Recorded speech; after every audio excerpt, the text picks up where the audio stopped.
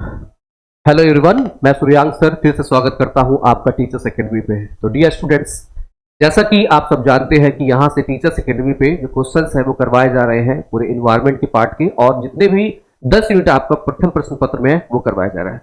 यहां से आप देखोगे प्रथम प्रश्न पत्र में 2014 से लेकर 2023 तक के जून तक के जो पेपर हुए हैं वो यहां से मैं करवा रहा हूं, और आज आप देखोगे जो पार्ट नंबर है वो 12 है। ठीक है, और आप सबको एक इंफॉर्मेशन देनी है कि जो यूजीसी की डेट है, यूजीसी की जो डेट है वो आ चुकी है। 6 दिसंबर से स्टार्ट है आपका एग्जामिनेशन। आई थिंक 22 या 23 तारीख तक एग्जामिनेशन आपका जा रहा है। ठीक है, आप पूरे तन मन धन जितना भी आप लगा सकते हो आप लगा दीजिए। ठीक है, तो जो लोग मेरे साथ जुड़ रहे हो आप सबको गुड मॉर्निंग। ठीक है, सबको गुड मॉर्निंग, गुड मॉर्निंग। चले, तो जितनी अच्छी से तैयारी आप कर सकते हैं, जितना धार आप दे सकते हो अपनी तैयारी को उतना दीजिए, क्योंकि एग्जामिनेशन में इसमें कंपटीशन टफ है। और ये कंपटीशन जो आपका है ऑब्वियस है कि कहीं ना कहीं दिसंबर में आपने अगर अपनी सीट रिजर्व कर ली तो फिर जून वाली आपको तैयारी नहीं करनी पड़ेगी। लेकिन जून की डेट भी आ चुकी है। जून की डेट है जो 10 तारीख की है। ठीक है, यूजीसी के वेबसाइट पे जाकर के आप इसको देख सकते हो। ठीक, तो यहाँ पे जयश्री से एसकेटी जी है, मिर्जापुर इसमें है, और यहाँ से देखते हैं बाकी लोग भी मेरे साथ जुड़े हैं। अपना टाइम आएगा, ओके भाई, हाँ बिल्कुल आएगा, मेहनत करिए, बिल्कुल आएगा। चलिए, गुड मॉर्निंग, गुड मॉर्निंग सबको, गुड मॉर्निंग। तो स्टार्ट करते हैं कुछ क्वेश्चन के साथ। तो आप सबको इन्फॉर्मेशन मिल गई होगी, डेट का भी मिल गया है। तो यहाँ से थोड़ी सी इन्फॉर्मेशन मैं और चीज बता दूं आपको। अब इनमें से जितने आप स्टूडेंट हो, अगर आप चाहते हो कि 10 मिनट आप पढ़ना चाहते हैं, 10 मिनट पढ़ना चाहते हैं, न्यू बैच यहाँ चल रहा है, न्यू बैच यहाँ पे चल रहा है, आप चाहो तो ज्वाइन कर सकते हो। और इसकी फीस जो है वो 999 रुपीज रखी गई है, बहुत कम है। तो ये देखा जाए तो अभी क्या चलेगा, अक्टूबर नवंबर, और ये सितंबर वाला पार्ट है, सितंबर अक्टूबर नवंबर पूरा सिलेबस आपको क्या हो जाएगा, फिनिश हो जाएगा। ठीक है, यहाँ से अभी 2 यूनिट आपको पढ़ाई जा रही है, 2 यूनिट चल रहा है, जिसमें से एक देखा जाए तो रीजनिंग वाला जो पार्ट है, या शायद रीजनिंग वाला पार्ट नहीं है, लॉजिक वाला पार्ट है। ठीक है, लॉजिक वाला पार्ट चल रहा है, और यहाँ पे आईसीटी वाला पार्ट जो है वो मैम आपको पढ़ाएगी। ठीक है, इनकी जो क्लास होगी वो 10 बजे से होगी। ठीक है, चलिए, तो जल्दी से मैं कोशिश करता हूँ कि आपका खत्म हो जाए, फिनिश हो जाए जल्दी से। और मेरा जो क्वेश्चन आंसर वाला पार्ट है ये तो चलता ही रहेगा, बाकी जो अदर टीचर उनका चलता रहेगा, ये अलग से है, 9 बजे वाला अलग से चलेगा। ये फ्री ऑफ कॉस्ट है आपके लिए, 9 बजे। जो लोग पहले पढ़ चुके हैं वो लोग प्रैक्टिस के लिए है, लेकिन जो लोग चाहते हैं कि और डिटेल से पढ़ना तो पढ़ सकते हैं। इसके अलावा डियर स्टूडेंट, सैटरडे को आप आओगे, जब सैटरडे को आप आओगे तो यहां से आपको मिलेगा हर शनिवार को, इस शनिवार को आप देखोगे तो 5 बजे से 5 PM पे आपको एक मैराथन क्लास भी मिलेगी। ठीक, तो चले अभी करवाइए सर। ओके, लाइफ साइंस का यहाँ पे हमारे यहाँ नहीं हो रहा। ठीक है एसकेटी जी, सर मेरा टाइम कब आएगा? आपका टाइम आप मेहनत करिए, बिल्कुल आएगा। ठीक है, ज्यादा ज्यादा चीजें क्या होती है, अपना टाइम कब आएगा ये हम जानते होते हैं। ठीक है, हमारी जो लेवल है पढ़ाई की वो कितनी पहुंच चुकी है।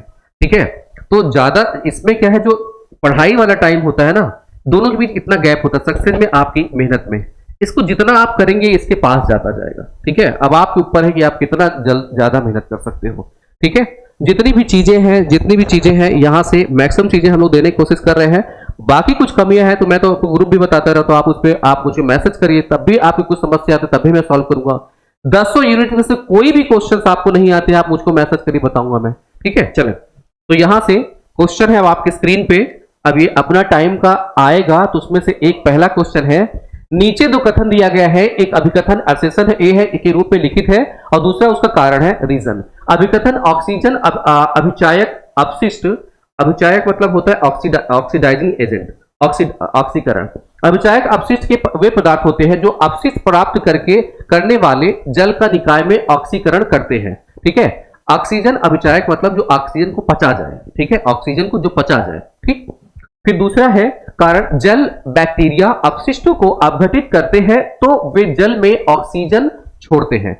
दोनों स्टेटमेंट ठीक से पढ़िए और इसमें बताइए कौन सा आंसर सही है कौन सा गलत होगा। ठीक है, जो लोग पहले इस क्लासेस में आते थे अब वो नहीं आते हैं, अगर ये बाद में लेक्चर देख रहे होंगे तो प्लीज रिक्वेस्ट है आपसे लाइव आइए। ठीक है, लाइव आइए, देखिए पढ़ने का और मजा आता है, क्योंकि इसमें आप सोचते हो, और जब आप लाइव नहीं होते हो तो आप उसे पॉज करके सोचते होगे, तो फिर उसमें क्या होता होगा, थोड़ा सा टाइम आप ज्यादा लेते होगे। अच्छा, आप लाइफ साइंस के हैं तो लाइफ साइंस के हैं आप, तो मैं लाइफ साइंस नहीं करवा रहा यहाँ पे, क्योंकि यहाँ से मैं इन्वायरमेंट वाला पार्ट कर रहा हूँ, वो भी फर्स्ट पेपर का करवा रहा हूँ। ठीक है, चलिए यहां से बताइए जल्दी से आप लोग, ठीक है, इसका फिर आंसर दीजिए जल्दी से आप लोग।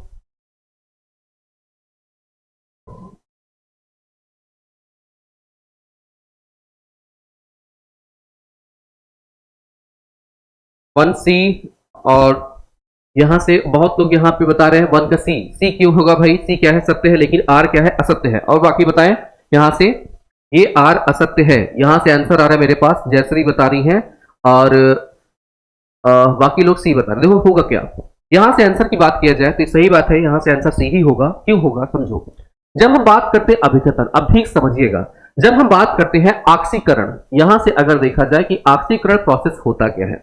ऑक्सीकरण प्रोसेस की बात की, जैसे क्लोरीन को अगर बात किया जाए, ऑक्सीजन से इसे रिएक्ट करवाया जाए, ठीक, तो यहाँ पे एक सब्सटेंस बनेगा, ClO बनेगा, और यहाँ पे साथ में और कुछ सब्सटेंस बनेगा, उस पर हमें नहीं जाना है। याद करिएगा, कभी भी ऐसे पदार्थ जो ऑक्सीजन को खा पी जाए, ऑक्सीजन को रिएक्ट करेगा तो ऑक्सीजन की मात्रा कम हो जाएगी, तो ये ऑक्सीजन अभिचायक कहलाएंगे।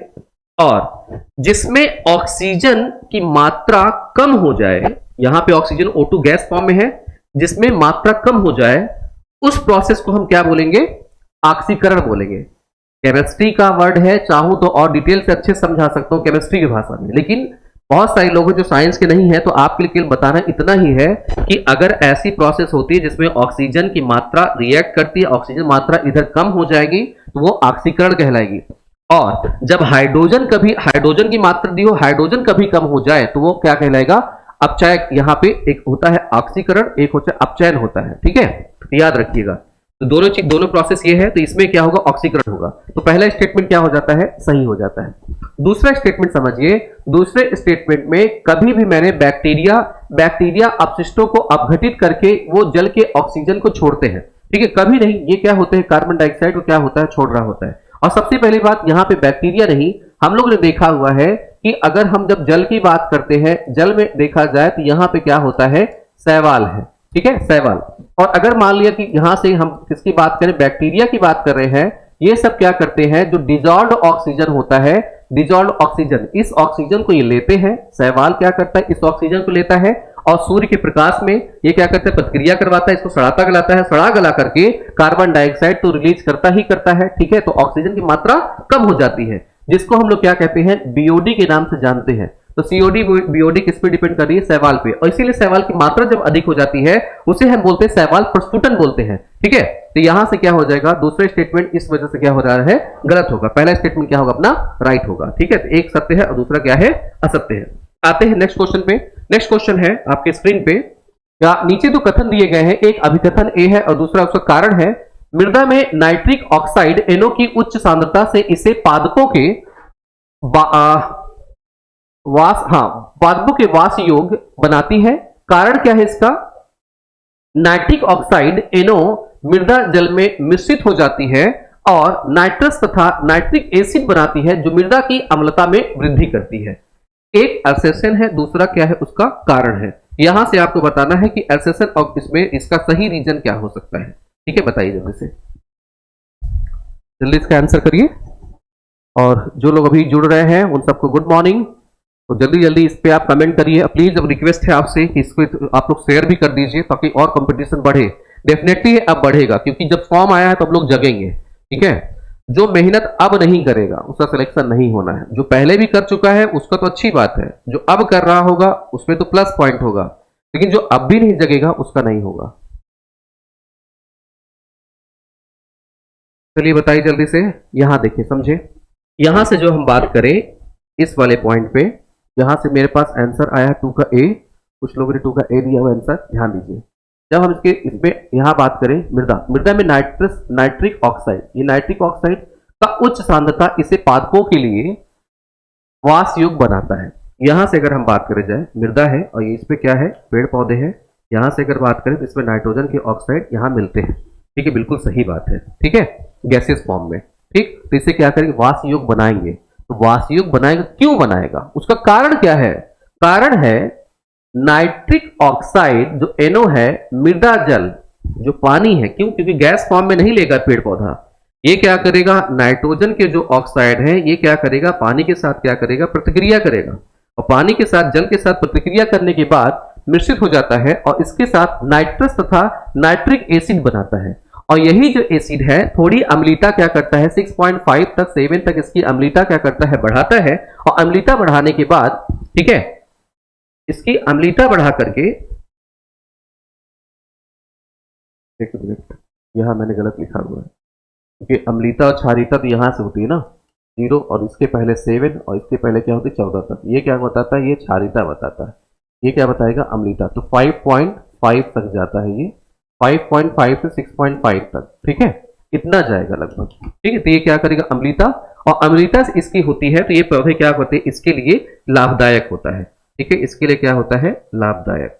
ठीक, चलो तो यहां से स्टेटमेंट अपना क्या हो जाता है, दोनों सही हो जाता है, ए आर दोनों सही है और ए इसकी क्या करता है सही व्याख्या कर रहा होता है। ठीक है, तो यहां से ए आंसर होगा। आगे बढ़ते हैं नेक्स्ट क्वेश्चन पे। नीचे दो कथन दिए गए हैं, प्रजनक रिएक्टर जिसको बोलते हैं ब्रीडर रिएक्टर बोलते हैं। ठीक है, ब्रीडर रिएक्टर, ब्रीडर रिएक्टर बोलते हैं, ब्रीडर रिएक्टर। ब्रीडर रिएक्टर में उपमुक्त विखंडन सामग्री की मात्रा उत्पन्न विखंडन सामग्री की मात्रा से अधिक होता है। भारत में कलपक्कम चेन्नई परमाणु ऊर्जा संयंत्र प्रजनक रिएक्टर का उदाहरण है। ये जो इसमें है थर्ड नंबर का, इसको आप लोग बता दीजिए, लेकिन इस पे आप लोग वेट करिएगा। मैं आपको इस पे जब एनर्जी क्लास दे रहा हूंगा, एनर्जी की क्लास यहाँ पे पढ़ाऊंगा, उसमें से जितने भी रिएक्टर हैं, ठीक है, जितने भी रिएक्टर हैं इन सब के बारे में आपको पढ़ाऊंगा। ठीक है, 3-4 तरह के हम उसको पढ़ेंगे। ठीक है, चलिए बताइए इसमें तीसरा वाला बताइए जल्दी से। तीसरा का ए है, और लोग बताइए जल्दी से। तीसरा का ए, और लोग बताएं। ठीक है, आप नोट करते हो चलते, बहुत अच्छा है। ठीक है, जल्दी बताइए आप लोग इस पे।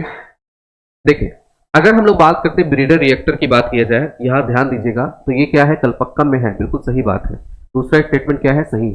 पहले स्टेटमेंट की बात करते हैं, प्रजनक रिएक्टर में उपमुक्त विखंडन सामग्री की मात्रा उत्पन्न विखंड सामग्री की मात्रा से अधिक होती है। तो स्टेटमेंट अपना क्या है, ये भी सही हो जाता है, ये स्टेटमेंट क्या है, ये भी सही हो जाता है। अब यहां से प्रजनक रिएक्टर की बात करते हैं। प्रजनक रिएक्टर में होता स्पेशल क्या है, प्रजनक रिएक्टर जो नॉर्मल रिएक्टर होता है उसमें और जो इसमें अगर बात किया दोनों में अंतर क्या है। यहां से अगर दोनों बात किया जाए, ध्यान दीजिएगा, क्या होता है आप सब जानते हैं यूरेनियम 235, ये नॉर्मल रिएक्टर में हम क्या करते हैं इसको इस्तेमाल करते हैं। और यहाँ पे क्या करते हैं, न्यूट्रॉन जो होता है, न्यूट्रॉन के इसमें बम्बार्डमेंट करते हैं, और ये दो बड़े पार्टिकल्स में ये क्या होता है बेरिलियम और क्रिप्टन में, बेरिलियम और क्रिप्टन में क्या करता है, क्रिप्टन में टूटता है। और इसके अलावा इसमें क्या मिलती है, यहाँ पे एनर्जी मिलती है, और इसके अलावा यहाँ पे क्या करता है 3 न्यूट्रॉन अलग से बनते हैं। ये न्यूट्रॉन फिर से क्या करता है इस पे बम्बार्डमेंट करेगा, और ये प्रोसेस बार बार चलती रहेगी, और ये क्या कहलाएगा, चेन रिएक्शन कहलाएगा। ऐसे समझ सकते हो यहाँ से, जैसे एक न्यूट्रॉन है तो एक न्यूट्रॉन से 3 न्यूट्रॉन निकल गए अलग से, तो इस एक न्यूट्रॉन से क्या होगा 3 न्यूट्रॉन अलग से निकलेगा, फिर इस एक न्यूट्रॉन से 3 न्यूट्रॉन अलग से निकलेगा, फिर इससे क्या होगा 3 न्यूट्रॉन निकलेगा, इससे 3 न्यूट्रॉन निकलेगा, इससे 3 न्यूट्रॉन निकलेगा। समझ रहे हैं कितनी बड़ी प्रोसेस ये चलती चली जाती है। ठीक, चेन रिएक्शन, इसको फिर बंद करना मुश्किल हो जाता है, और यही क्या कहलाता है परमाणु बम। परमाणु क्योंकि एनर्जी हर एक लेवल पे मिल रही होती है, ठीक है, उसका क्या मल्टीपल होता चला जा रहा होता है। ठीक है, चलिए आगे देखते हैं।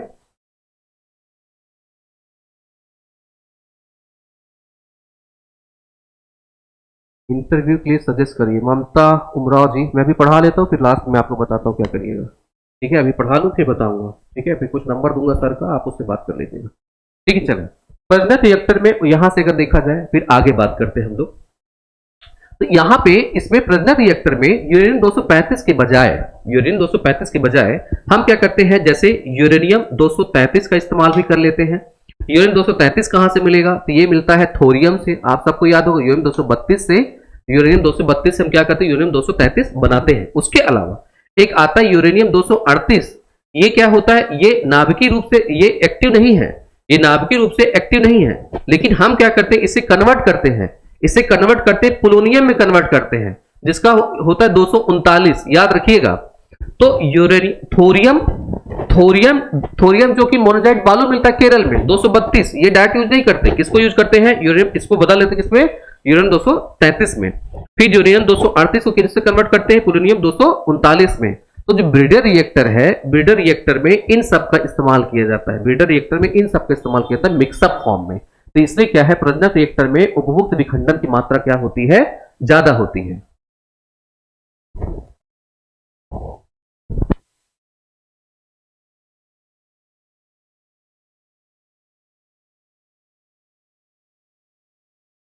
ठीक है, तो ये क्या हुआ, ज्यादा होती भारत में कल पक्का में पहली बार बनाया गया, तो अब ये से होना ही है। ठीक है, चले आगे बढ़ते हैं।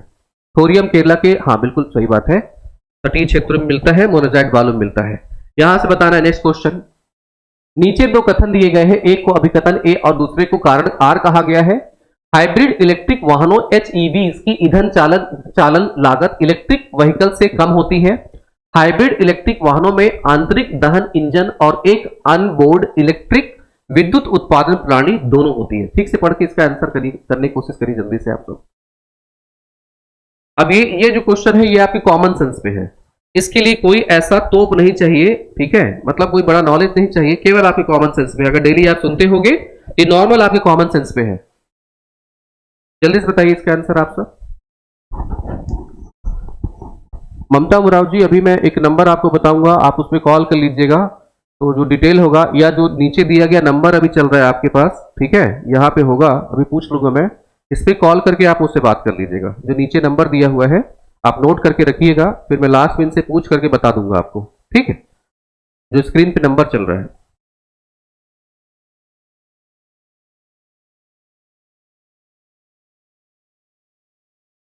चलिए बताइए यहां से। अब देखें यहां से अगर देखा जाए 4 का ए आंसर आ रहा है, 4 का ए, ध्यान दीजिए क्या है, यहां से कह रहे हैं कि एक ये ए है, इसका एसेसर है, दूसरा क्या है उसका रीजन है। ठीक है, अब यहां पे हाइब्रिड, ये हाइब्रिड जो होता है, हाइब्रिड होती क्या है, हाइब्रिड मतलब क्या हुआ, मिक्स। मिक्स मतलब क्या, दो टेक्नोलॉजी का, एक टेक्नोलॉजी क्या है, एक तो गाड़ी आप पेट्रोल से चला सकते हो, पेट्रोल डीजल से, पेट्रोल से चला सकते हो, चलो पेट्रोल चला लिया। अब उसी गाड़ी को जैसे मान लिया कहा गया कि शहर आप क्या करें, शहर में है तो आप किससे चले, इलेक्ट्रिक व्हीकल से। दूर आपको ट्रेवल करना है तो इलेक्ट्रिक व्हीकल स्लो चलेगी, दूर जाना है तो आप किससे चले जाओ, पेट्रोल वाले से। हाइब्रिड हो गई तो एक इलेक्ट्रिक व्हीकल हो गई, दूसरी पेट्रोल हो गई। तो मेरे भाई जब डबल इंजन टाइप का लगेगा, डबल टेक्नोलॉजी लगेगी, पैसा कम लगेगा ज्यादा लगेगा। ठीक है, तो हाइब्रिड इलेक्ट्रिक वाहनों में कि ईंधन चालन लागत इलेक्ट्रिक वाहनों से कम होती है, तो ये तो स्टेटमेंट सीधे गलत हो जाता है। कहां कम होगी, जो इलेक्ट्रिक व्हीकल है, जैसे ई रिक्शा देखा होगा, ई रिक्शा और उसको हाइब्रिड बनाया जाए पेट्रोल से, तो पेट्रोल वाली ज्यादा हो जाएगी, दोनों टेक्नोलॉजी आएगी ज्यादा होगी, तो इलेक्ट्रिक व्हीकल क्या होगी, कम होगी, पैसा उसमें कम लगेगा। ठीक है, तो ये अभिकथन क्या होगा, गलत हो जाएगा, पहला स्टेटमेंट गलत। हाइब्रिड इलेक्ट्रिक वाहनों में आंतरिक दहन इंजन, अब आंतरिक दहन इंजन ऑब्वियस है, जो पेट्रोल से अगर चल रही होगी तो आंतरिक दहन इंजन होगा ही होगा, बिल्कुल सही बात। अब ये बताइए जब गाड़ी की हम बात करते हैं, चाहे ट्रक हो चाहे कार हो, तो उसमें डायनोमो लगा होता है, आप सब जानते होंगे क्या लगा होता है, डायनोमो। डायनोमो का नाम सुना होगा, नहीं सुना होगा तो उसमें बैटरी लगी होती, बैटरी चार्ज कैसे होती होगी, बैटरी चार्ज होती होगी ना, तभी तो आप जब रात में चल रहे होते तो वहां पे हम उनको गाड़ी को गाड़ी के जो लाइट है ऑन कर लेते हैं, रास्ते हमको दिखाई देते होंगे, तो चार्ज कैसे होती होगी, ये क्या करती है, डायनोमो क्या करता है, जो पहिए के घूमने की क्षमता होती है, पहिया जो घूमता है उससे क्या करता है, उसको यांत्रिक ऊर्जा को इलेक्ट्रिक ऊर्जा में चेंज करके बैटरी को चार्ज कर रहा होता है। ठीक है, तो हाइब्रिड इलेक्ट्रिक वाहन में आंतरिक दहन इंजन होता है और एक अनबोर्ड इलेक्ट्रिक विद्युत उत्पादन प्रणाली होती है, वो यही प्रणाली है। ठीक है, ये दोनों होती है, तो ये क्या होगा, आर क्या होगा, सही होगा। तो ए सही, ए गलत है परंतु आर क्या है, सही है। ये बताइए समझ में आ गया आप सबको। ठीक है, आगे बढ़ते फिर फोर्थ वाले में कोई दिक्कत किसी को। यूजीसी नेट दिसंबर 2023 का एग्जाम का रजिस्ट्रेशन हो गया है या फिर अभी होगा, अभी केवल डेट आई है, अभी रजिस्ट्रेशन नहीं हो रहा है, डेट इसकी प्रस्तावित हो चुकी है जो कि है 6 तारीख से। ठीक है, 6 तारीख चलेगा, अभी डेट आई है, तो आप मान के चलिए रजिस्ट्रेशन तो एक क्या है, प्रोसेस है, लेकिन डेट तो आ ही चुकी है, 2 महीने आपके पास, 2 महीने 2.5 महीने बचे हुए हैं आपके पास, पढ़िए आराम से। ठीक है, चलिए जल्दी से फिर आइए, फिर नेक्स्ट क्वेश्चन पे आते हैं। समझ में आ गया सबको, चले आगे। आगे है नेक्स्ट क्वेश्चन, औद्योगिक काल से पहले वातावरण में कार्बन डाइऑक्साइड सांद्रता में प्रतिशत वृद्धि लगभग है। औद्योगिक काल से पहले चले जाएं और अब की बात की जाए तो इसमें पूछ रहा है कि कितना प्रतिशत बढ़ा होगा। ये एक फैक्ट है, ये क्या है, एक फैक्ट है। ये फैक्ट आपको क्या करना है, याद कर लेना है, क्योंकि आप इतना इसमें दिमाग लगा ही नहीं पाओगे, तो सिंपल याद रखना, कितना कह रहे हैं कि आधा बढ़ गया है। कौन बताता है, तो UNEP हो गया, इसके बाद यहाँ पे WMO हो गया, ठीक है, सॉरी WMO हो गया, वर्ल्ड मेट्रोलॉजिकल ऑर्गेनाइजेशन हो गया, या कहीं कहीं IPCC संस्था है, ये सब है, इन्हीं की संस्थाएं हैं। ये सब क्या करते हैं, रिसर्च ऑर्गेनाइजेशन से अलग अलग डेटा लेकर के बताती हैं कि भाई ऐसा से ऐसा हुआ है, तो हमें क्या करना है, केवल उनके डेटा याद रखने हैं। ये अब कहां से पाओगे, तो ये UNEP की वेबसाइट पे या तो इसकी वेबसाइट पे आपको मिलेगा। ठीक है, तो इतना दिमाग नहीं लगाना है, इसको क्या करना है, याद कर लेना कहीं नोट करके। देखिए आपको करना क्या है, एक पेज बनाना है, एक आपको क्या लगना है, पेज, ठीक है, हर एक सब्जेक्ट के। उस पेज पे जो फैक्ट वाला पार्ट है, ठीक है, जितना मैं बताता चलूं, अगर वो आप करते चलोगे एग्जाम में बहुत बेहतर आप स्कोर करोगे। फैक्ट वाले को पॉइंटर पॉइंटर करके यहाँ पे नोट कर लीजिए। जैसे ये फैक्टर आ गया, इसको लिखना है, औद्योगिक काल से पहले वातावरण में कार्बन डाइऑक्साइड की सांद्रता में प्रतिशत वृद्धि 50% की हुई है। ये एक स्टेटमेंट क्या की हो, आप नोट कर लो। फिर कभी और क्वेश्चन इसी तरह से आता जाए फैक्ट वाला, डेटा वाला, तो उसको क्या करो, नोट कर लो। तो आप जब नोट करते चले जाओगे इन्वायरमेंट में, तो हो सकता है 10 20 30 50 आपके पास फैक्ट आ जाएगा, उसे रट्टा मार दो। फिर इसी तरह से जितने भी 10 यूनिट है, 10 यूनिट मैथमेटिक्स और रीजनिंग वाला और पैसेज वाला पार्ट हटा दीजिए, ठीक है। बाकी जो अदर पार्ट आते हैं उनको आप नोट कर लीजिए। तो आप देखोगे एग्जाम टाइम में आपके पास 200 के लगभग क्या होगा, फैक्ट होगा। 200 के लगभग फैक्ट अगर याद कर डाले, तो आपने क्या किया, 2014 से 2023 तक के फैक्ट याद करके बैठे हो, ठीक है। तो उससे क्वेश्चन एग्जाम में बनाएगा, लग कहां से बनाएगा, ठीक है। तो ये करना चाहिए आपको। चलिए आगे चलते हैं। आगे है क्वेश्चन है, निम्नलिखित समझौता शिखर सम्मेलन होगा एवं प्रोटोकॉल का पुराने से नए कार्यक्रम में आपको क्या करना है, इसको एडजस्ट करना है, ठीक है। पुराने से नए की तरफ जाना है, इसको बताइए जल्दी से आप सब। यहां से इस जो मुझसे पढ़ा होगा ये इसको कर लेगा, ठीक है।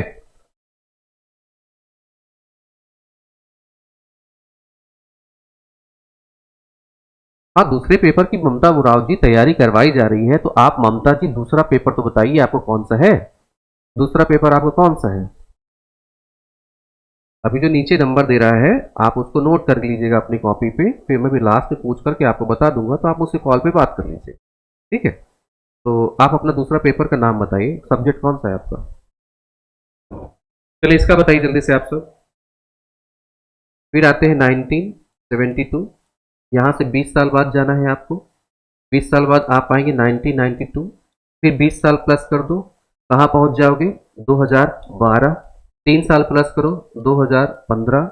फिर आगे चले जाओ 2021, फिर आगे चले जाओ 2022, ठीक है। यहाँ से देखिए 1972 कई बार पढ़ा दिया है, कई बार पढ़ाया। तो ये वाला अगर आप सबको याद होगा, तो मैंने क्या कहा है, स्टॉक होम सम्मेलन बोला है, स्टॉक होम सम्मेलन आप सबको याद होगा। यहाँ पे 1992 वाले को मैंने पृथ्वी सम्मेलन या जगह का नाम क्या बोला है, रियो सम्मेलन। 20 साल बाद करवा रहे हैं, तो ये क्या हो जाएगा, रियो +20 सम्मेलन, ये बताया है। इस वाले को देखा जाए तो ये क्या है, पेरिस सम्मेलन बता रखा है। इस पे अगर 2021 वाला ये क्या है, ग्लासगो सम्मेलन, ठीक है, ग्लासगो सम्मेलन। 2022 वाला बताया है मिस्र सम्मेलन है, ये क्या है, मिस्र सम्मेलन, ठीक। ये सब चीजें मैंने बता रखी है आप सबको। इसी 1992 की बात करें, 3 संस्थाएं हमने बनाई थी, अलग अलग 3 संस्थाएं, UNFCCC, UNCCD और CBD पढ़ा रखा है, ठीक है, पढ़ा रखा है। जो लोग नहीं पढ़े हैं, इसी प्रोटोकॉल की क्लास मैंने इस पे यूट्यूब पे ले रखी, आप उसको जाकर डिटेल देख सकते हो, ठीक है। अब अरेंज कर लो। यहाँ सबसे पहले आप आओगे, एक और है मॉन्ट्रियल प्रोटोकॉल। इस मॉन्ट्रियल प्रोटोकॉल की बात करें, इन सबसे अलग यहाँ पे चले जाइए, 1987 में मॉन्ट्रियल प्रोटोकॉल हुआ था। अब इन सब में कंपेयर करिए, तो मॉन्ट्रियल प्रोटोकॉल 1987 सबसे पहले आ जाएगा, मॉन्ट्रियल प्रोटोकॉल बी वाला पहला हो जाएगा। फिर इसके बाद पेरिस, क्योटो और रियो आप 1992 देख रहे हो, दूसरा है। फिर इसके बाद क्योटो प्रोटोकॉल, पेरिस समझौता, इन्हीं दोनों के बीच में आप आएंगे तो एक आएगा 1997 डेट आएगी, जहां पे हुआ है क्योटो प्रोटोकॉल, तो ये वाला तीसरे पे आ जाएगा और ये वाला क्या होगा, चौथे पे आ जाएगा, ठीक है। सबसे फर्स्ट बी होगा, डी होगा, बी होगा, डी होगा, सी होगा, ए होगा, तो ये बी वाला आंसर हो जाएगा। तो आप सबने क्या किया है, आंसर दिया है, ठीक है। चले बी वाला आंसर बिल्कुल सही किया हुआ है। 1997 Montreal protocol and Kyoto protocol बिल्कुल सही है। चले बहुत अच्छी बात है, आप सबने आंसर किया अच्छे से। चलिए इसका बताइए, पर्यावरण शिक्षा में निम्नलिखित में से मुद्दे शामिल है, कौन सा, संसाधनों उपभोग, पर्यावरणीय अवनति, जैव विविधता की हानि, आर्थिक सशक्तिकरण या जलवायु परिवर्तन एवं इसका प्रभाव। यहां से आंसर करिए जल्दी से। 7वां, थोड़ा फास्ट चल रहा हूं मैं क्योंकि ऑब्वियस है, क्योंकि क्लासेस है, तो दूसरी क्लास है 10 बजे से, तो लेकिन फिलहाल हो जाएगा क्वेश्चन, आप लोग करिए जल्दी से।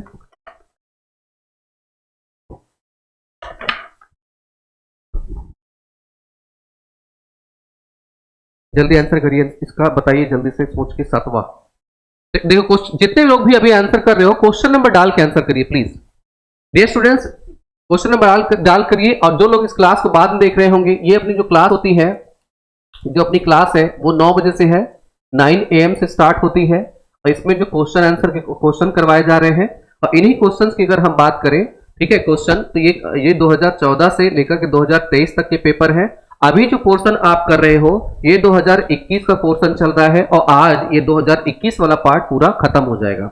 ये पार्ट नंबर 12 है। इसके पहले भी करवाया गया है इसी यूट्यूब चैनल पे जाकर के, इसी पे टीचर्स एकेडमी पे जाकर के आप 11वें पार्ट तक देख सकते हो। अगर एवरेज क्वेश्चन पूरा आप उठाओगे तो 12 से मल्टीप्लाई कर दो 20 क्वेश्चन के साथ, 12 24 240 प्लस क्वेश्चन मैंने अभी तक आपको करवा दिए हैं, ठीक है, कॉन्सेप्ट के साथ। ठीक है, चलें, यहाँ पे बी आंसर आ रहा है बहुत लोग का। सबसे पहले अगर हम बात करें, जब हम पर्यावरणीय शिक्षा की बात करते हैं, पर्यावरण की बात करेंगे, तो यहाँ पे आर्थिक सशक्तिकरण की बात हम क्यों करेंगे? आर्थिक सशक्तिकरण की बात करके ये अर्थव्यवस्था के अंतर्गत बात कर। डी वाला कैंसिल करिए, डी वाला कैंसिल कर दीजिए। डी वाला जब कैंसिल करते बी है ई है, तो यहाँ पे देखिए बी और ई है दोनों कॉमन, तो ए है सी है, इसमें ए सी नहीं है। आइए अब ए और सी पढ़ लें। संसाधनों का उपभोग, जो संसाधन है, चाहे कोयला है, चाहे पेट्रोलियम है, चाहे पेड़ पौधे हैं, उनकी बात करें तो हाँ बिल्कुल संसाधनों के बारे में हम ढंग से पढ़ते हैं। इसी को आप देखोगे एसडीजी में यही चीज बताई गई है, ठीक है, एसडीजी 12 में ये चीज बताया गया है, ठीक है। पर्यावरणीय अवनति, हाँ पर्यावरण जो क्षरण हो रहा है उनके बारे में तो पर्यावरण शिक्षा में बताना पड़ेगा, उसका कारण क्या क्या वो हम बताते होंगे। फिर जैव विविधता की हानि, ये भी हम बताते हैं, जैव विविधता शब्द ही उसी आता है पर्यावरण से। फिर यहाँ पे देखा जाए तो ये क्या हो जाएगा, ए हो जाएगा, सी हो जाएगा, डी जलवायु परिवर्तन, इसके प्रभाव। अब जलवायु परिवर्तन का के कारण और जलवायु परिवर्तन का प्रभाव पर्यावरण पे क्या क्या पड़ता होगा, ये भी हम शिक्षा में बताएंगे। तो ये क्या हो जाएगा, अपना ऑप्शन यहाँ से बी वाला हो जाएगा, ठीक है। तो आंसर क्या होगा, बी। चलिए आगे बढ़ते हैं। यहां से देखा जाए फिर नेक्स्ट क्वेश्चन है, भारत में ध्वनि प्रदूषण विनियमन एवं नियंत्रण नियमावली के अनुसार शैक्षिक संस्थाओं में रात 10 बजे से लेकर सुबह 6 बजे तक से पूर्वाह्न तक की अवधि में ध्वनि का स्तर निम्नलिखित में से अधिक नहीं होना चाहिए। किससे अधिक नहीं होना चाहिए, जल्दी से बताइए आप सब, ठीक है, देख के बताइए।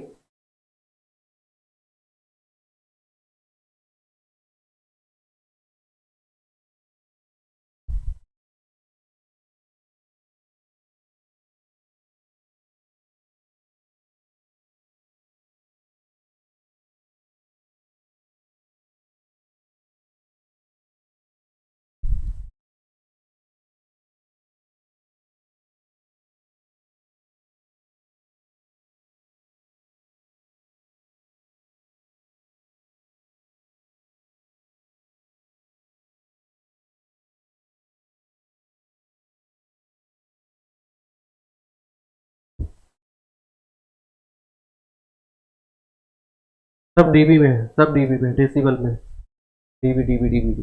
देखो ध्यान दो, जब हम बात करते हैं औद्योगिक क्षेत्र में जहां मशीनें चल रही होती हैं, ये सब चीजें हैं, तो वहां पे हम बात करें दिन में 75 डीबी कितना होता है, 65 डीबी तक।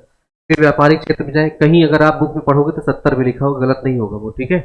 फिर व्यापार क्षेत्र में जैसे बाजार उजार जहाँ लगा होता है, जहाँ दुकानें खुली होती हैं, उनकी बात करें, वहां पे दिन में क्या है 65 डीबी तक हो सकता है, और रात में 55 डीबी तक, मतलब 10 बजे के बाद दुकानें बंद हो जाती है। तब आवासीय क्षेत्र की अगर बात किया जाए, जहाँ पे लोग रहते हैं, निवास करते हैं, उसमें 55 डीबी से कहाँ तक, 45 डीबी तक हो सकता है, ठीक। लेकिन अगर हम शांत क्षेत्र जहाँ पे हॉस्पिटल है, जहाँ स्कूल है, जहाँ कहा जाए हॉस्टल है, उनकी अगर हम बात करते हैं तो 50 डीबी से 40 डीबी तक होता है।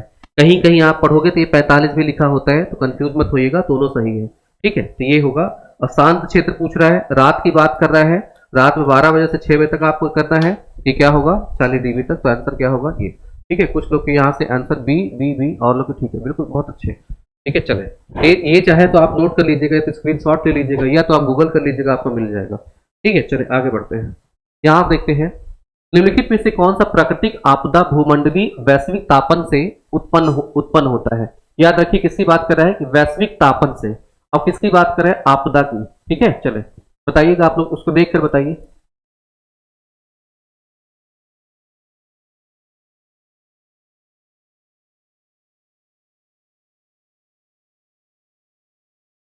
एक कॉन्सेप्ट था सेंदाई फ्रेमवर्क, किससे संबंधित है, आपदा प्रबंधन से क्वेश्चन पूछा गया है कि सेंदाई फ्रेमवर्क किससे रिलेटेड है। तो ये क्या हुआ था सेंदाई फ्रेमवर्क, ये एक क्या है, बैठक हुई थी जापान में, बैठक हुई थी जापान में, ठीक है। तभी इसको क्या कहा गया, सेंदाई फ्रेमवर्क। इसके जो फ्रेमवर्क है, जो आपदा आती है तो उसको कैसे कैसे मिनिमाइज करना है, उसे पूरा प्रोसेस लिखा हुआ है। ठीक है, चलिए बताइए। स्क्रीनशॉट हो गया, ओके। चलिए यहां से बात करें, इस सब नोट कर लीजिए जितने मैं बताता हूँ, क्योंकि पढ़ाते समय ये सब दिमाग में आता रहता है, बाद में ऐसे पूछोगे तो नहीं बता पाऊंगा मैं। ठीक है, चलिए। निम्नलिखित में कौन सा प्राकृतिक आपदा भूमंडली, अब आपदा भूमंडली या वैश्विक तापन की वजह से होता है? तापन। अब देखो, सूखा है, बाढ़ है, भूकंप है, तूफान है। सबसे पहले जो आप नहीं जानते उसको मारो। ये क्या है? अगर यहाँ पे ज्वालामुखी भी होता, ठीक है, ये ज्वालामुखी भी होता, तब भी क्या है? प्राकृतिक जनिक, प्राकृतिक जनिक है। इसके बाद तो अननोन होता है। भूकंप बारे हम नहीं जानते होते, भूकंप अननोन होता है। हम इसकी तीव्रता माप सकते हैं, पर कब और कहां आएगा ये नहीं पता होता है। ठीक है, पहले से ये हो गया। अब भूकंप को हटा दो, बी वाला काटो, बी वाला यहां कैंसिल करो, बी वाला यहां कैंसिल करो, बी वाला यहां कैंसिल करो। ठीक है, तो ये क्या होगा? कौन सा आंसर होगा? ए, सी और डी होगा। ठीक है, ए, सी और डी। अब ए है सूखा, तो ऑब्वियस है, आप क्या करिए? टेम्परेचर बढ़ाइए। टेम्परेचर बढ़ाएंगे तो कपड़ा तो आपका जल्दी सूखेगा ही। ठीक है, कपड़ा भी सूखता है। और ये जमीन है, जमीन में क्या होगी? जमीन तेजी से सूखेगी। बाढ़, बाढ़ क्या होगा? अगर ग्लेशियर्स हैं, ग्लेशियर्स पिघलेंगे तो ऑब्वियस है क्या होगी? बाढ़ आनी तय है। ठीक है, चाहे नदी की बात करें चाहे समुद्र की बात किया जाए। तूफान, तूफान क्या होता है? जब हम बात करें, दो क्षेत्र ले लें, उन क्षेत्रों की बात किया जाए, यहाँ की हवा अगर गर्म होगी तो कहाँ जाएगी? ऊपर वायुमंडल में। और यहाँ पे हवा का दबाव कम होगा तो ये ज्यादा हवा के दबाव वाले क्षेत्र से हवाएं कहाँ चलेंगी? इधर। ये क्या कराएंगे? आंधी और तूफान या चक्रवात। ठीक है, ये होगा। तो आंसर क्या हो जाएगा अपना? बी वाला हो जाएगा। ठीक, चले। बहुत लोग ने आंसर यहाँ पे बी कर रखा है, गुड। चले आगे बढ़ते हैं नेक्स्ट क्वेश्चन पे। नेक्स्ट क्वेश्चन है, नीचे कथन दिया गया है, एक अभिकथन ए है, ए के रूप में है, दूसरा उसके कारण है। क्लोरोफ्लोरोकार्बन सीएफसी प्रबल ग्रीन हाउस गैस है। दूसरा है उसका रीजन, सीएफसी गैसों में समताप मंडल में ओजोन को उत्प्रेरकी ढंग से नष्ट करने की क्षमता होती है। ये क्षमता होती है इसलिए क्या है? ये गर्म कर, क्या है? ग्लोबल वार्मिंग गैस करती है। बताइए इसका आंसर।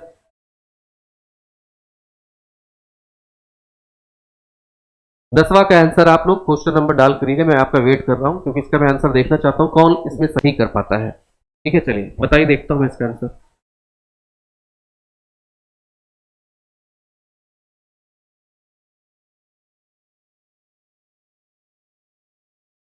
क्वेश्चन नंबर डाल के आंसर करिए। जो लोग मेरे साथ अभी जुड़ रहे हो सबका मोस्ट वेलकम। और प्लीज आपसे बस रिक्वेस्ट है कि आप लोग लाइक और सब्सक्राइब जरूर कर दीजिए, और बाकी लोग तक इसे शेयर कर दीजिए। और यहीं पे अपनी जो क्लास है डियर स्टूडेंट्स 9 बजे चलती है, 9 AM से अपनी जो क्लास है वो 9 AM से है।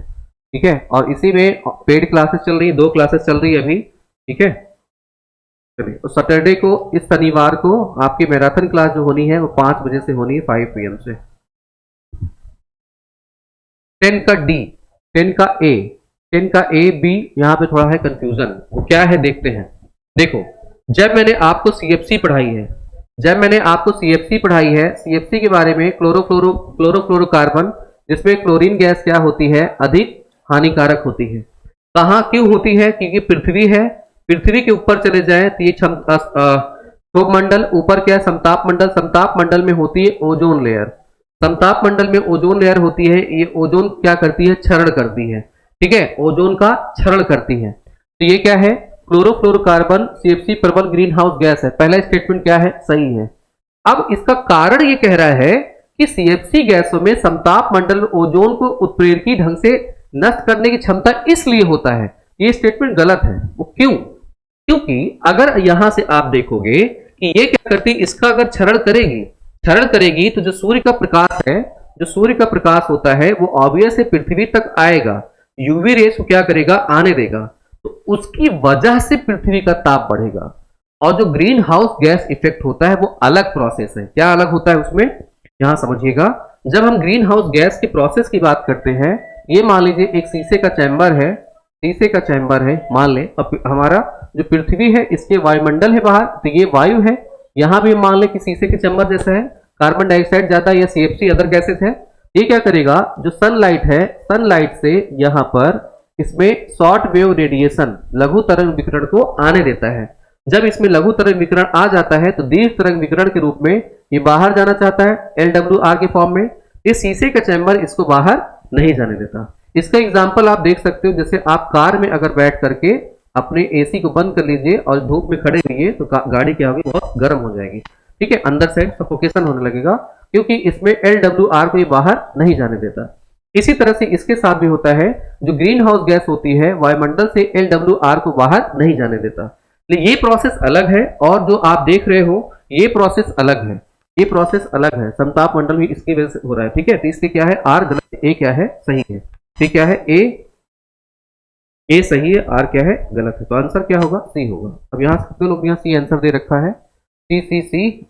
बट सर CFC ओजोन परत को तो नष्ट, ओजोन परत को नष्ट करेगा, वो अलग प्रोसेस है। जैसे कि कोई अगर मर रहा है, तो किसी का एक्सीडेंट हो गया, कोई खुद मर गया, मतलब सुसाइड कर लिया, और कोई प्राकृतिक से मरा, तो हम देखेंगे ओवरऑल उसकी मृत्यु हुई है, पर क्यों हुई है, सबका कारण अलग अलग है। तो यहाँ जो ताप बढ़ रहा है उसका कारण अलग है, तो इस प्रोसेस को हम नहीं बोल देंगे कि ये कारण इसका है।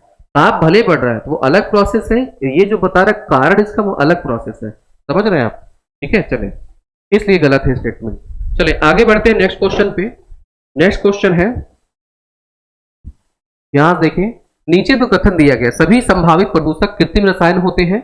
नए उभरे संदूषकों में से कई को वन्य प्राणियों और मनुष्यों में जैव संचयित होते हुए देखा गया है। सभी संभावित प्रदूषक कृत्रिम रसायन होते हैं, ये बताना है आप सबको। किसी को भी कुछ भी कंफ्यूजन होगा, आप मुझसे क्वेश्चन पूछिए, कुछ भी कंफ्यूजन आप प्लीज अभी पूछ लीजिएगा, ठीक है, बाद में कंफ्यूज मत होइएगा। और जो लोग अभी जुड़ रहे हैं उन सबका मोस्ट वेलकम।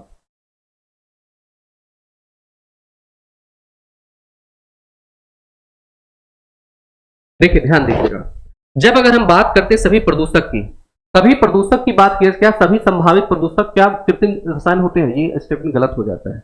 हमेशा नहीं हो सकता, ठीक है। प्रदूषक हमेशा वो कृत्रिम रसायन नहीं होते, वो क्या होते हैं, प्राकृतिक जनिक भी होते हैं, प्राकृतिक जनिक भी होते हैं, ठीक है। इसका एग्जाम्पल आप देख सकते हो, जैसे अगर हम देखें इस टाइप से, यहाँ से वैल्कोनिज्म होता है, तो वैल्कोनिज्म से धुआं आता है, धुएं के साथ यहाँ क्या होती है, गैस निकलती है अलग अलग, सल्फर के ऑक्साइड्स भी उसमें अवेलेबल होते हैं, अम्ल भी होते हैं, ठीक है। इनकी बात की निर्मित केमिकल से होते हैं, तो वो रासायनिक क्या हुआ, प्राकृतिक जनिक हुए। उसके अलावा नए उभरते संदूषकों में से कई, मतलब जो प्रदूषक होते हैं, कई वन्य प्राणियों और मनुष्यों में संचयित होते हैं। बिल्कुल सही बात है। जब अभी एक वो निकला था, सर्वे निकला था कि मानव का जो ब्लड है, ठीक है, ब्लड है, उस जैसे एक एग्जांपल और लें, हम सांस लेते हैं, हमारे जो लंग्स हैं उन सब में भी तो क्या होते हैं, केमिकल्स, ये VOC के फॉर्म में, जो कैंसर कारक होते हैं VOC के फॉर्म में तो हमसे जमा होते हैं ना। उसी तरह से एक रिसर्च आई थी WHO द्वारा, वर्ल्ड हेल्थ ऑर्गेनाइजेशन, उसमें बताया गया कि जो मानव के ब्लड है उनमें चेक करा गया, तो उसमें क्या है, हीमोग्लोबिन होता है, हीमोग्लोबिन, और एक जो सेल्स होती हैं, रेड सेल्स और व्हाइट सेल्स होती हैं। उसके अलावा इसमें जो प्लास्टिक के कण भी पाए गए, बहुत माइक्रो लेवल पर, छोटे छोटे माइक्रो लेवल पर। उसके अलावा जो हम रसायन, जो हम लोग सब्जियां खाते हैं, पेड़ पौधे खाते हैं, जो रसायन पेड़ उसमें डाले जाते हैं सब्जियों में, इन सब में किसानों द्वारा, उन सब के इफेक्ट भी हमारे शरीर पे पड़ रहा होता है, उनकी भी मात्रा हमारे ब्लड में मिलती है, ठीक है। तो ये स्टेटमेंट नए उभरते संदूषकों में से कई वन्य प्राणियों और मनुष्यों जैव संचयी होते हुए देखा गया, तो स्टेटमेंट सही है। पहला वाला क्या है, रॉन्ग है, ठीक है। तो सेकेंड स्टेटमेंट इज रॉन्ग। यहाँ पे पहला सत्य है, पहला, अच्छा यहाँ पे फर्स्ट होना चाहिए ना, पहला क्या है, गलत है, पहला गलत है, दूसरा क्या है, सत्य है, ठीक है। ये चलिए डी आंसर होगा इसका। बहुत लोगों ने यहाँ पे डी आंसर कर रखा है, गुड। फर्स्ट तो सर भी सही होगा ना, नहीं पहला तो गलत है ना, बी नहीं होगा, कथन एक कथन दो दोनों सत्य है, नहीं पहला सत्य, ये दूसरा वाला सत्य है, दूसरा सत्य है, ऊपर स्टेटमेंट गलत लिखा था, ठीक है। चलो अंतराज ज्वर, टाइफाइड, टाइफाइड की बात करते हैं। जितनी भी बीमारी गंदे पानी से होती है, गंदगी से होती है, वहां बैक्टीरिया ही काम आता है, बैक्टीरिया ही कलाकारी करता है। जब आपको कभी दिखे गंदगी से होता है, याद रखिएगा इसके लिए जीवाणु ही कार आता है, विषाणु और ये सब नहीं होते, ठीक। गंदा पानी पियोगे, बाकी सब होगा, जीवाणु बैक्टीरिया से होगा। इसीलिए कहा है कि इस तरह से आप एक लिस्ट बना लीजिए, यहाँ पे लिखिए जीवाणु, इधर लिखिए विषाणु, इधर लिखिए प्रोटोजोआ, इधर लिखिए कृमि। इन सबसे कौन कौन से रोग है एक लिस्ट बना लीजिए, 5-5-5-5 करके, उसे याद कर जाइए, गूगल पे मिल जाएगा, बुक होगी उसमें मिल जाएगा, ठीक है। चलो आइए नेक्स्ट क्वेश्चन पे आते हैं। जो लोग अभी जुड़ रहे हैं उन सबका मोस्ट वेलकम। ठीक है, टीचर्स अकेडमी पे आप सबका स्वागत है। आइए, ये जो क्लास अपनी है वो 9 AM से चल रही है, 9 AM से, और यहाँ पे क्वेश्चन आंसर आपको करवाए जा रहे हैं। स्थिर वायुमंडलीय पारिस्थितिकी किसमें सहायक होती है? स्थिर है, वायु चल ही नहीं रही है। जैसे किसी दिन गर्मी में बैठे होते, कह रहे यार हवा ही नहीं चल रही है, तब वायु प्रदूषकों के संचयन में वायु प्रदूषक वहां ज्यादा इकट्ठा हो जाएगा, वायु प्रदूषकों के विसर्जन में मतलब दूर चले जाएंगे, जल प्रदूषक के विसर्जन में, जल प्रदूषक आप समझ सकते हो, वायु प्रदूषकों के निष्प्रभाव मतलब कोई प्रभाव नहीं पड़ेगा। इसमें से आंसर करना है आप सबको, कौन सा होगा? गुड मॉर्निंग ओम प्रकाश जी, बाकी जो लोग जुड़ रहे हैं अभी सबको गुड मॉर्निंग। जल्दी से बताइए आप सब यहाँ पे, स्थिर वायुमंडलीय परिस्थिति किसके सहायक है? वायु प्रदूषकों के संचयन में, वायु प्रदूषकों के विसर्जन में, जल प्रदूषकों के विसर्जन में, वायु प्रदूषकों के निष्प्रभाव में। अब देखिए, ध्यान दीजिएगा यहाँ से, ठीक है। हाँ, डेली इसी टाइम पे चलती है क्लास, ये डेली इसी टाइम पे 9 बजे से चलती है, 9 AM पे। बाद में अगर जो लोग नहीं देख पाते हो वो रिकॉर्डेड क्लास देख सकते हो आप सब, ठीक है। चलिए देखिए, अब क्या है कि वायु चली नहीं रही, वायु क्या है? स्थिर है। जैसे एग्जांपल दे रहा हूं मैं कि अगर वायु ना चले, जैसे आपने क्या किया, रूम में अगरबत्ती जलाई, ठीक, और धुआं भर गया, तो आप क्या करते हो? खिड़की दरवाजे खोल के पंखा चला देते हो। तो वायु अगर स्थिर है तो धुआं वहीं का वहीं इकट्ठा रहेगा। इसका मतलब है वायु प्रदूषकों के संचयन इकट्ठा वहां होने लगेगा और प्रदूषण अधिक होगा। मतलब वर्टिकल लेवल पे अगर हम देखें तो ये क्या होगा, इस क्षेत्र में क्या बनेगा? प्रदूषण, ठीक है। इनका मापन भी हम कर सकते हैं वर्टिकली हिसाब से, जैसा कण जितना भारी होगा वो उस हिसाब से क्या होगा? अरेंज होगा, ठीक है। तो वायु प्रदूषकों के संचयन में, अगर हवा चल रही होती तो बोलते वायु प्रदूषकों के विसर्जन में, और जल का इससे कोई संबंध है नहीं, वायु प्रदूषक के निष्प्रभाव, कोई प्रभाव ना पड़े, ऐसा हो ही नहीं सकता, ठीक है। चलो, तो पहला स्टेटमेंट क्या हो जाएगा अपना? राइट हो जाएगा, ठीक। तो जो लोग इस क्लास को देख रहे होंगे, ये क्लास अपनी कितने बजे है? 9 बजे से चलती है, और हर सैटरडे को, शनिवार को 5 बजे से मैराथन क्लास चलती है जो कि 9 PM तक जाती है। उसके अलावा यहाँ पे अभी नया बैच जो चल रहा है, इसमें से शिवम सर पढ़ा रहे हैं लॉजिक वाला। शिवम सर आप देख सकते क्लासेस उनकी रखी है। इन्फी मैम ये क्लास अपना ले रही है ICT वाला पार्ट, उसके अलावा कम्युनिकेशन वाला पार्ट भी पढ़ाएंगे, ठीक है। चलिए आगे बढ़ते हैं। नेक्स्ट क्वेश्चन है, देशों के निम्नलिखित युग में से किसने अंतरराष्ट्रीय सौर गठबंधन के विचार की परिकल्पना की थी? भारत और USA, भारत और ऑस्ट्रेलिया, भारत और फ्रांस, भारत और चीन। इसका तो आप जल्दी से आंसर कर ही दोगे, आप सब जानते होंगे, ठीक है। जल्दी से आंसर करिए इसको, आप सब इसका आंसर जानते होंगे, क्योंकि इसको सही ना कर पाओ तो यार पढ़ाना बेकार है तब मेरा, ठीक है। चलिए देखें, आप सब जानते हैं इसका आंसर क्या है? सी है। याद करिए 2015 में अलग अलग, एक यहीं पेरिस में ही देखें तो पेरिस के नाम पे पड़ गया पेरिस सम्मेलन, लेकिन पेरिस में ही दूसरे कमरे में जहां पे हो रहा था वहां पे क्या हुआ? ISA हुआ। इसकी बात करें तो इंडिया और प्लस फ्रांस ने पहले इनिशिएट किया। इंडिया फ्रांस ने कहा कि जो यहाँ से जो विषुवत रेखा है, विषुवत रेखा के आसपास धूप अधिक पड़ती है, तो यहाँ से विषुवत रेखी क्षेत्र में पाए जाने वाले जितने देश हैं उनको इंक्लूड किया जाए, तो इसमें ISA लाया गया। लेकिन इसके अलावा भी इससे इतर अलग अलग देश भी इसमें शामिल हुए हैं, ठीक है। देशों की संख्या हमसे कभी नहीं पूछी जाएगी, ना देश कौन अब जुड़ रहा है अभी नहीं पूछा जाए, क्योंकि हो सकता है एग्जामिनर आज क्वेश्चन बनाए और कल कोई देश जुड़ गया तो क्वेश्चन क्या होगा? गलत हो जाएगा, ठीक है। इसकी लैंग्वेज की बात करते हैं, इसकी भाषा की बात करें, लैंग्वेज तो इंडिया प्रधानमंत्री को आपने देखा होगा हिंदी बोलते हुए, तो हिंदी को प्रमोट करने के लिए हिंदी। फ्रांस है तो फ्रेंच बोलता है, तो यह क्या होगा? फ्रेंच होगा। और अलग अलग देशों को जोड़ना है तो इंग्लिश ग्लोबल भाषा हो जाती है, तो यहां पे हम क्या लाएंगे? इंग्लिश लाएंगे। जब हम ISA की बात करें, इसके हेडक्वार्टर की बात किया जाए तो इसका हेडक्वार्टर कहां है? तो गुरुग्राम में है, गुरुग्राम हरियाणा, ठीक है। तो यहां से क्या होगा? सी वाला आंसर होगा, ठीक है, ठीक है। Language Hindi, French and English, बिल्कुल सही। चलिए आगे बढ़ते हैं हम लोग नेक्स्ट क्वेश्चन पे। नेक्स्ट क्वेश्चन है, ऊर्जा दक्षता अभिवृद्धि उपायों का योगदान निम्नलिखित सतत विकास लक्ष्यों SDG की प्राप्ति में महत्वपूर्ण हो सकता है। यहाँ पे SDG 7, 11 एंड 12, SDG 7, 11। अब देखिए ऐसे क्वेश्चन क्या किया इससे, जो आपने रट रखा होगा 17 लक्ष्य, अब 17 लक्ष्य को अप्लाइड फॉर्म में पूछ लिया है। कैसे अप्लाइड? तो थोड़ा सा कॉमन सेंस, ठीक है, थोड़ा सा आंसर देने की कोशिश करिए इसको आप।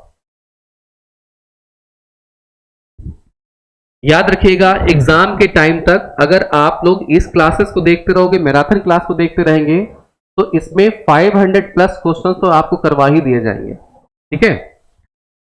अगर 500 प्लस क्लास इसने करी और 500 जो कॉन्सेप्ट होते हैं, कॉन्सेप्ट होता है, और जब आपका 20-21 दिन बचेगा इसी में मैं आपको यहां से करंट वाला पार्ट भी पूरा अपडेट करवा दूंगा। तो मुझे लगता है कि अगर किसी ने 550 कॉन्सेप्ट अगर पढ़ लिए लगभग लगभग, इसके इन्वायरमेंट क्वेश्चन गलत नहीं हो सकते। हाँ, कुछ क्वेश्चन अतरंगी टाइप के आते हैं, कभी कभी एक आध क्वेश्चन मिल जाता है, उससे सिलेक्शन नहीं रुकता है, क्योंकि बाकी पोर्शन तो आप पढ़े ही होते हो। ठीक है, चलें यहाँ 15 का बी क्यों होगा समझते हैं, देखते हैं। 7, 11, 12, 14 एंड 15।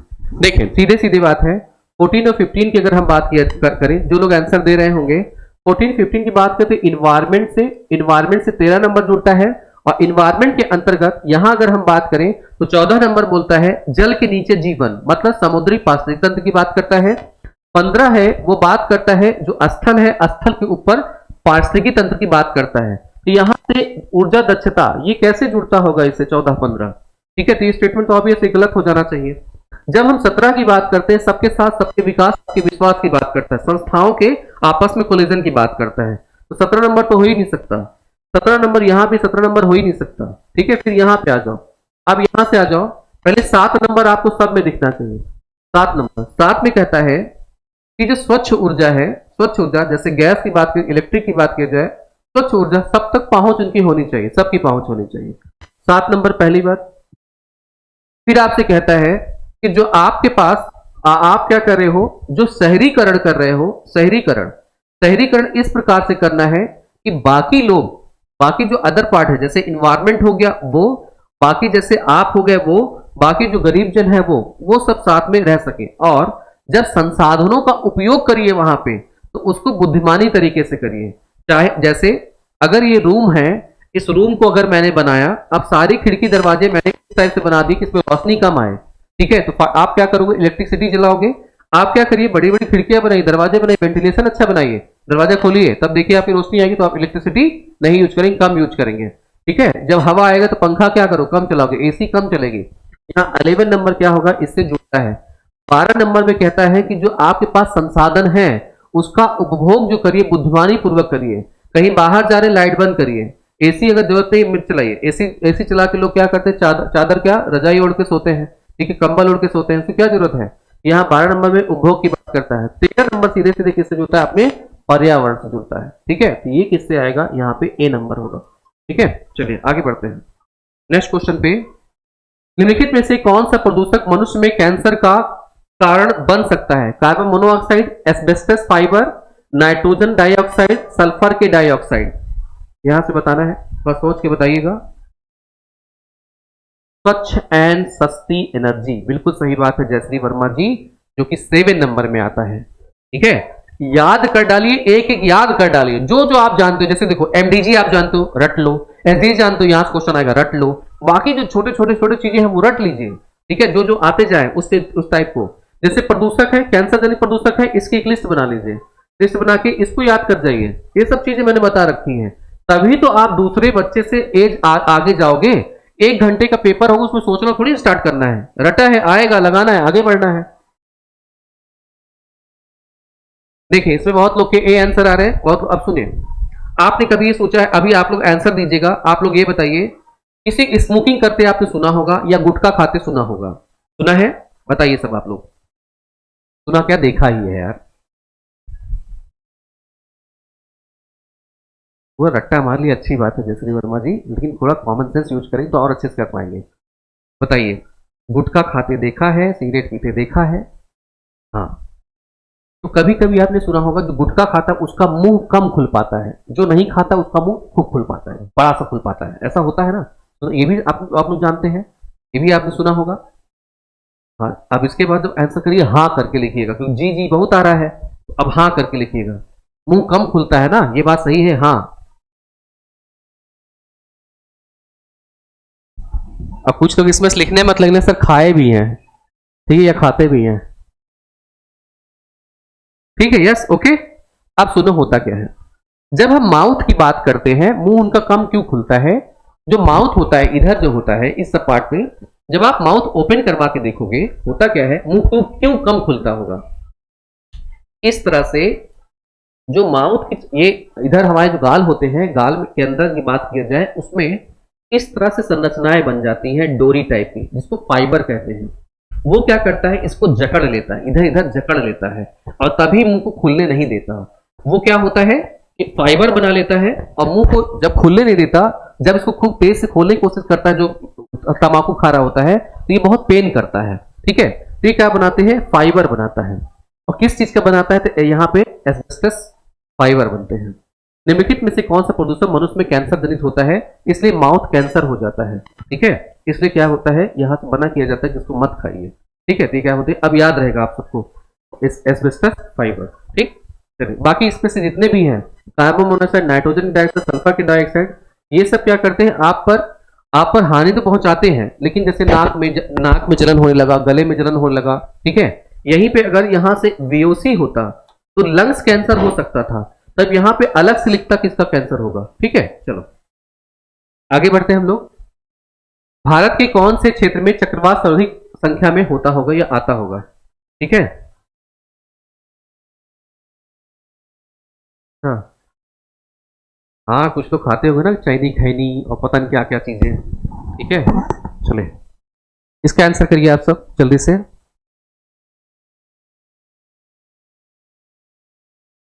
बताइए भाई जल्दी से आप लोग।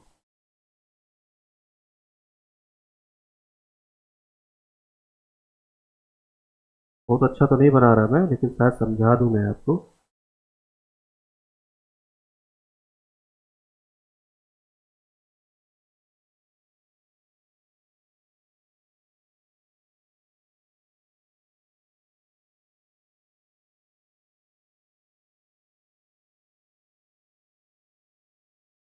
देखिए हमेशा ध्यान दीजिएगा, जब हम चक्रवात की बात करते हैं, इधर क्या है, अरब सागर खुला हुआ है। इधर हम बात करें बंगाल खाड़ी, ये वाला पार्ट है। इधर ऐसी सिचुएशन यहाँ पे जनरेट होती है कि यहाँ पे चक्रवात, इस पोर्शन में चक्रवात ज्यादा आते हैं। ठीक है, किसके कंपेयर में, इसके कंपेयर। चक्रवात यहाँ भी आते हैं, लेकिन दोनों कंपेयर करोगे तो इस सिचुएशन में ज्यादा आते हैं बंगाल की खाड़ी। ठीक है, अरब सागर ओपन ज्यादा है, इसलिए यहाँ पे कम है। अदर रीजन है, लेकिन आपको समझाने के लिए बता रहा हूँ मैं यहाँ। ठीक है, ये क्या है, पूर्वी घाट है अपना, पूर्वी भाग हो गया, ये पश्चिमी भाग हो गया। ठीक है, तो पश्चिमी भाग पे कम आते हैं, पूर्वी भाग पे अधिक आते हैं। यहाँ क्या होगा, पश्चिमी घाट, मध्य भाग, उत्तर भारत, यहाँ पूर्वी। याद रखिएगा हमेशा जो चक्रवात है वो जल क्षेत्र में ही आते हैं, जमीन पर कभी नहीं आते, जमीन पर कभी नहीं आते हैं। क्यों, इनको जो ऊर्जा होती चक्रवात को जल से ही मिलती है। गर्मियों के टाइम में अधिक नहीं, जब चले जाए कौन सा महीना, जुलाई, अगस्त, सितंबर, इन सब महीने चक्रवात आने के चांसेस अधिक होते हैं। ठीक है, चलिए ठंडियों में नहीं। चलिए आगे देखते हैं। सर ज्योग्राफी पढ़ाते हैं, मैं बहुत अच्छा पढ़ाते हैं। हाँ, ज्योग्राफी मेरा है, सब्जेक्ट है मेरा खुद का, मेरा जो ऑप्शनल है। ठीक है, ऑप्शनल हो गया, ये मेरा खुद का क्या है, ज्योग्राफी। चलिए आगे बढ़ते हैं यहाँ से। निम्नलिखित कथनों में से जैव विविधता के बारे में कौन सा सही है। पारिस्थितिकी के स्थायित्व में जैव विविधता सहायक होती है। दूसरा है, मानवीय गतिविधियों से प्रजातियों के विलुप्त को तेजी से बढ़ा दिया जाता है। प्राकृतिक आवास के विखंडन का जैव विविधता पर कोई दुष्प्रभाव नहीं पड़ता है।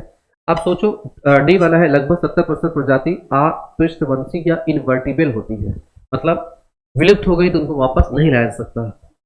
प्राकृतिक आवास के विखंडन का जैव विविधता पर कोई दुष्प्रभाव नहीं पड़ता है। क्या लग रहा है ये स्टेटमेंट, क्या लग रहा है स्टेटमेंट, ये सही है गलत लग रहा है। ठीक है, आप लोग बताइए जल्दी से, स्टेटमेंट कैसा लग रहा है आपको। ठीक है, अब ये स्टेटमेंट मुझे तो लग रहा है अगर पढ़ लिया ढंग से तो ऑब्वियस है, समझ में आ रहा होगा। ठीक है, ये स्टेटमेंट की बात किया जाए तो सी वाला क्या हो जाएगा, रॉन्ग हो जाएगा। सी वाला कैंसिल करो, सी वाला कैंसिल करो, सी वाला कैंसिल करो, तो आंसर क्या मिलेगा, यहाँ से ए, बी और डी मिलेगा। ए है, पारिस्थितिकी के स्थायित्व में जैव विविधता सहायक होती है, बिल्कुल सही बात है। मानवीय गतिविधियों में प्रजातियों के विलुप्त को तेजी से बढ़ा दिया जाता है। ठीक है, मानवीय गतिविधियां, भाई सही बात है। ठीक है, मानवीय गतिविधियां तो आप देखे रहे हैं, और तो जीव जंतु विलुप्त हो चुके हैं और विलुप्त होने के कगार पहुंचा दिया हमने। ठीक है, ठीक है, ये स्टेटमेंट सही हो जाता है, बस 2 क्वेश्चन के बाद और। ठीक है, चले इसके बाद यहाँ बात करें, लगभग 70% प्रजातियां अपृष्ठ इन्वर्टेबल होती हैं, ये कहा गया, ये इसमें है। बस आइए इसके बाद बात करते हैं नेक्स्ट क्वेश्चन पे। इसके बाद 20 क्वेश्चन तक जाएंगे, लास्ट क्वेश्चन होगा, मेथेन उत्सर्जन के प्रमुख स्रोत कौन कौन से होते हैं, ये आपको बतानी है। मेथेन की ये प्रमुख स्रोत कौन है, पहचानिए। लैंडफिल, पर्वतीय नदियां, धान खेत, जलमय भूमियां, इनकी बात किया जाए। ठीक है, क्लास लगी हुई है, इससे मैं इसको जल्दी से एक्सप्लेन कर देता हूं आप सबको। जब हम बात करते पर्वत की बात किया जाए, देखिए कभी भी याद रखिएगा, जो मेथेन है इसको बनने के लिए पानी हमेशा रुका होना चाहिए। फ्लो नहीं होना चाहिए, बहना नहीं चाहिए, ठीक। और उसमें फूल पत्तियां पौधे सड़ने गलने चाहिए। लैंडफिल मतलब ऐसा क्षेत्र जहां पे पानी भरा हो, यहां से बनेगा। धान खेत पानी भरा होता है कई दिन तक, जलमय भूमि यहाँ पे। लेकिन जब पर्वतीय नदियों की बात किया जाए तो यहाँ से क्या होती है, पानी तेजी से फ्लो होकर के बह जाता है, रुकने का मौका नहीं मिलता, इसलिए यहाँ पे CH4 बनने के चांसेस नहीं होते, ना के बराबर। यहाँ बी वाले को हम क्या करेंगे, कैंसिल करेंगे। बी वाले कैंसिल कर दीजिए, बी वाले कैंसिल करिए, बी वाले कैंसिल करिए, AC और D। तो आंसर क्या हो जाएगा, यहाँ से D हो जाएगा। और लास्ट क्वेश्चन अब जो देखने जा रहे हैं हम लोग, लास्ट क्वेश्चन होगा।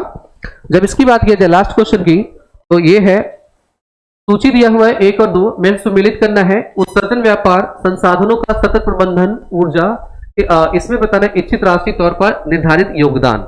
इसमें सूची 2 अंतरराष्ट्रीय संधि समझौता। इसको मैंने कई बार आपको पढ़ाया हुआ है, कई बार पढ़ाया हुआ है आपको, याद करिए। जब मैंने आप लोग को यहाँ से क्योटो प्रोटोकॉल पढ़ाया है, तो क्योटो प्रोटोकॉल में मैंने हमेशा बताया है कि उत्सर्जन व्यापार से जाते हैं।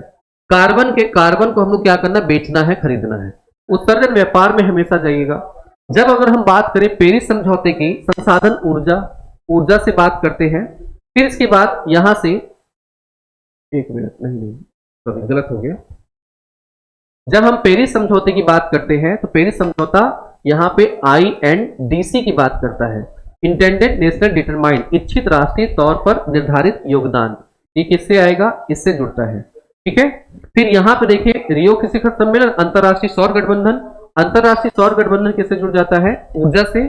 और रियो शिखर सम्मेलन किससे जुड़ जाता है, संसाधनों का सतत प्रबंधन से जुड़ जाता है, ठीक है। तो क्या होगा, पहले A का दूसरा हो जाता है, A का दूसरा और A का दूसरा हो जाता है, B का चौथा यहां भी है, और C का तीसरा है। तो ये स्टेटमेंट अपना क्या होगा, B होगा। और भी क्वेश्चन थे लेकिन टाइम कम है, तो आपको कल मैं करवाऊंगा। कल मैं मिलूंगा आपको फिर से 9 बजे। आप सबकी जितनी उपस्थिति अच्छी लगी, और आई होप कि आप सबने इस लेक्चर को एंजॉय किया होगा। आगामी आने वाले क्लासेस में भी आप एंजॉय करोगे। ऐसे ही टीचर्स अकेडमी के साथ जुड़े रहिए।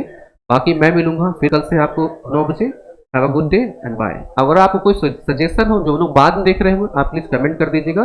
और जिनको अगर मुझसे बात करनी होगी, अभी नीचे दिया गया नंबर है, जैसे ममता जी कह रही थी, आप उसमें कोई कॉल कर लीजिएगा, कह दीजिएगा सूर्यांक सर से बात करवा दीजिए, ठीक है।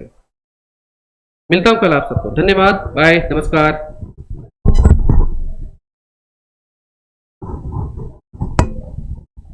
जयश्री वर्मा जी, आप मुझसे कल पूछ लीजिएगा, 10 नंबर में कल बता दूंगा, ठीक है। जयश्री वर्मा जी, या तो आप मेरे ग्रुप में होंगे तो वहां पे मुझे मैसेज कर दीजिएगा, ठीक, चले।